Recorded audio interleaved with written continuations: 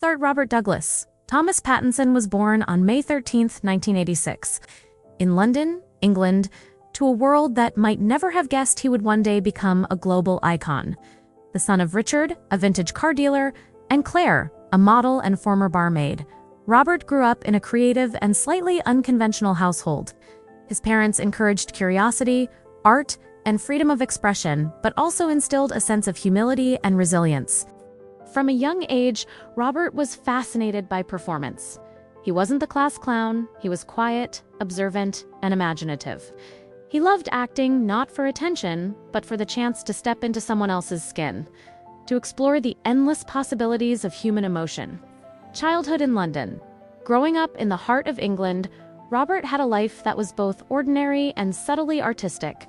He attended Tower House School, a private preparatory school, and later, the prestigious Herodian School, where he studied alongside future stars like Tom Stoppard.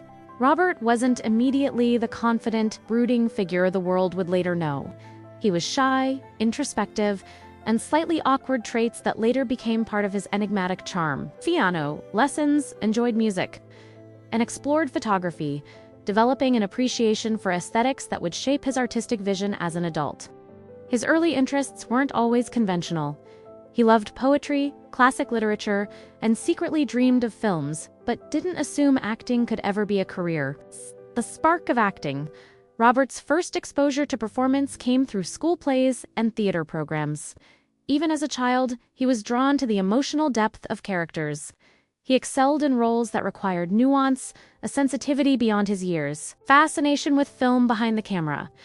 As a teenager, he experimented with writing scripts and short films, often combining his love for photography and storytelling. These early projects were rough, but they revealed his drive to understand not just how to act, but how stories could be told through every frame. Parents noticed this hunger and encouraged it, offering quiet support without pressuring him. Unlike many child stars, Robert's upbringing avoided the spotlight. His fame would be earned, not inherited. Teenage years, music, friends, and discovery. In his teenage years, Robert balanced school, music, and friendships with a growing fascination for acting. He was influenced by films like Bram Stoker's Dracula and The Talented Mr. Ripley, captivated by the dark, complex characters and their psychological depth. He also worked part-time jobs, including retail and small theater gigs, learning the value of hard work and patience. Fame was not yet on his horizon. He was more interested in craft than celebrity. By age 15, he had begun attending auditions for television and commercials. His unique blend of vulnerability and intensity caught casting directors' eyes, but initial roles were small.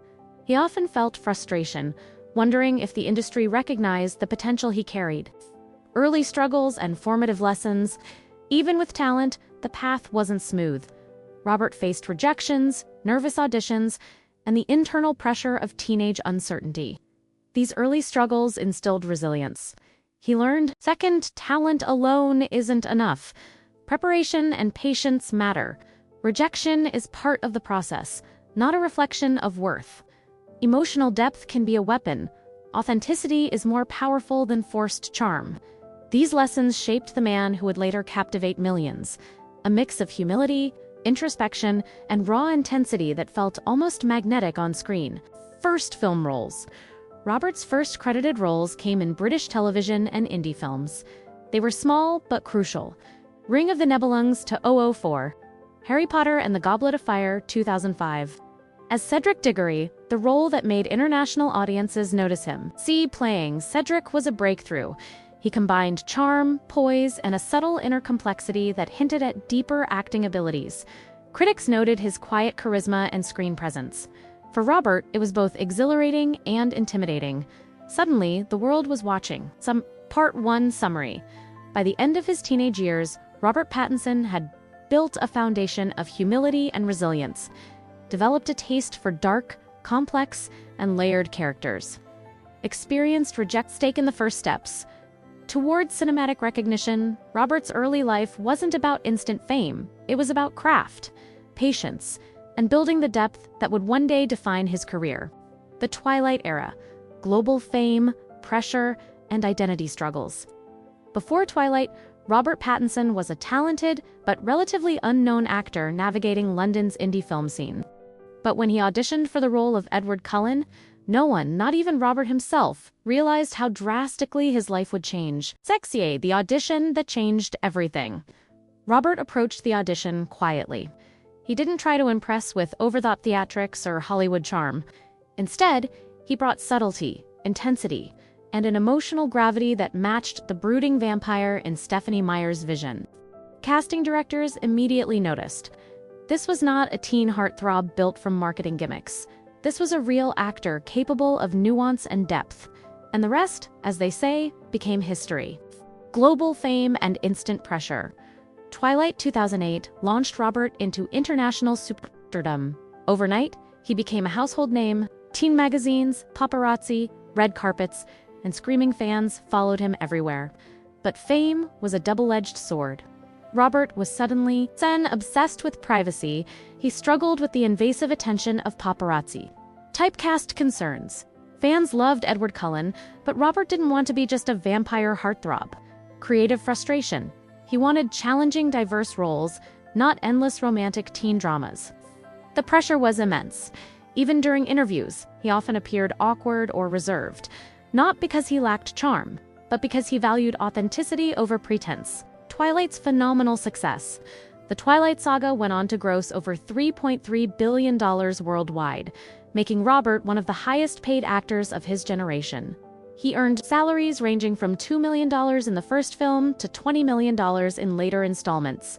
Revenue from merchandising, promotional campaigns, and global appearances. But numbers alone don't capture the personal cost.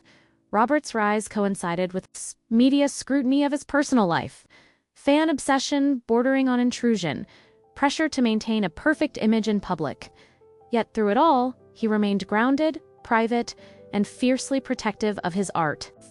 Coping with fame and personal struggles, Robert developed coping mechanisms that reflected his introspective nature. Photography, a private outlet to explore creativity beyond acting. Music, guitar and piano became therapeutic, reminding him of who he was away from the spotlight. Close friendships.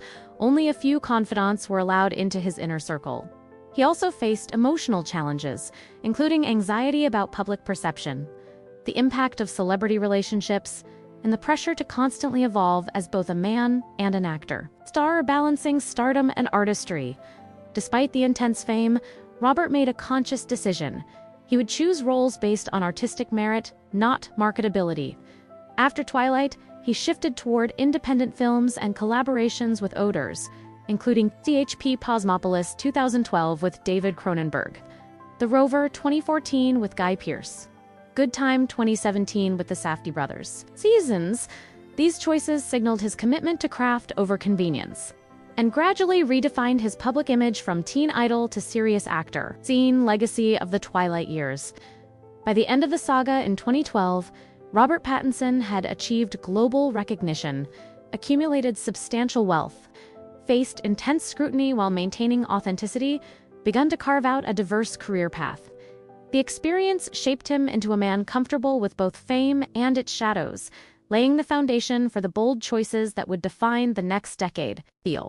Robert Pattinson is often portrayed as a brooding, enigmatic figure on screen, but that persona reflects more than just his characters. It mirrors the complex, introspective artist he really is. Secret sides and quiet obsessions. One of Pattinson's most compelling traits is his love for solitude. Unlike many celebrities, he doesn't chase constant public attention. He relishes time alone, in quiet London flats, with a guitar in hand, or behind the lens of a camera. Photography is not just a hobby for him, it's a private world. Robert often shoots black and white photos, capturing shadows, textures, and the melancholy beauty of everyday life. Casual passion echoes his inner dialogue. Part dreamer, part philosopher, part lost poet. His musical side, too, is deeply personal. Before fully committing to acting, Robert played in bands. He writes songs, plays piano and guitar, and releases demos purely for artistic fulfillment, not commercial fame. When he plays, he doesn't perform. He speaks through his music. C8. Even with all his creativity, he's not immune to fear. Robert has admitted to having anxiety about fame. He doesn't fear crowds or attention exactly, he fears losing his identity in the noise. The camera, to him, can be both a tool and a trap. He once noted that the most terrifying thing is becoming a character in your own life. Some say he's claustrophobic, preferring open skies and empty spaces. Others suggest he has a mild fear of drowning, not uncommon in deeply introspective artists who think about life, loss, and vastness. Whether all these fears are real or partly poetic is uncertain, and maybe that's part of his mystery. School, wealth, and earnings from film and television. Robert's rise to fame, first through Twilight and then through daring indie films, greatly shaped his financial trajectory. From the Twilight franchise alone, his salary grew as the series progressed. Sources estimate he earned millions per film, especially in the later installments. Add to that global merchandising, licensing, and franchise-related deals, and his total earnings from Twilight stretch into the tens of millions. Beyond blockbuster cinema, Robert deliberately chose passion projects. Collaborations with auteurs like David Cronenberg, Cosmopolis, the Safdie brothers' Good Time, and Claire Denis' High Life. While these films often had modest box office returns, the critical acclaim they garnered made his name more valuable as a serious, versatile actor. He likely takes moderate upfront pay for these films, but his involvement boosts streaming and DVD sales, ensuring long-term revenue. Robert also dabbles in producing. He has taken roles behind the camera, both acting as a producer on smaller films and investing in film development. This shows that his ambition isn't just to be on screen. He wants to shape stories, support unique voices, and leave a legacy that transcends his face. Net worth and financial assets. As of the latest estimates, Robert Pattinson's net worth lies approximately between $100 million and $120 million. A remarkable sum, considering his transition from teen superstar to respected actor. The bulk of this wealth comes from his acting career, but he's leveraged it smartly. Real estate. Robert reportedly owns properties in Los Angeles and the UK, including modest but tasteful homes. He's not known for flashy mansions. Rather, his preferences lean toward spaces that are functional, creative, and slightly bohemian. Investments, while he doesn't publicly promote investment products, those close to him note that he invests in emerging filmmakers, boutique film projects, and personal side ventures. His wealth supports his artistic tastes rather than status symbols. Frickin' brand endorsements. Unlike many Hollywood celebrities, Robert isn't a major brand ambassador. He has said in interviews that aligning with big commercial brands often feels like selling his soul. Still, select endorsements, particularly in fashion or artistic ventures, have added to his income. His net worth is largely organic, built through work, not flashy deals. 16. The eternal enigma. What truly defines Robert Pattinson's financial and personal world, though, is his refusal to conform. His money isn't a trophy, it's a tool. He uses his wealth to fund projects that matter to him, to create art, and to maintain his autonomy. He could buy any mansion, drive any car, flash any designer brand. Yet he remains grounded because his real comfort comes from creative freedom, quiet nights, and the emotional truth of his artistic voice. He builds not just a fortune, but a sanctuary for his soul. In a world where star power often means sacrificing privacy, Robert Pattinson stands as a testament to another truth. You can be rich without losing yourself, and mysterious without being detached. State what Robert Pattinson is doing today. Today, Robert Pattinson is no longer the Twilight heartthrob. He has evolved into one of cinema's most intriguing and respected actors. He continues to challenge himself with diverse roles. He's collaborating with visionary directors on art house films, starring in prestige projects, and even working on high-profile franchises like The Batman. Away from the camera, he focuses on his passions: photography, making music, and mentoring emerging filmmakers. He lives between Los Angeles and London, balancing his creative life with a deep desire for privacy. Pattinson also produces small-scale films, investing in stories that resonate with his soul, not just the box office. He remains surprisingly grounded despite his fame, continuing to explore art, vulnerability, and complexity in everything he does. Story reminds us that fame is not always about the spotlight. Sometimes it's about the shadows you embrace, the depths you explore, and the truths you never stop pursuing. Robert didn't just become famous. He became unforgettable. From of ashes to legend. Every story has a rhythm. You just have to listen deeply.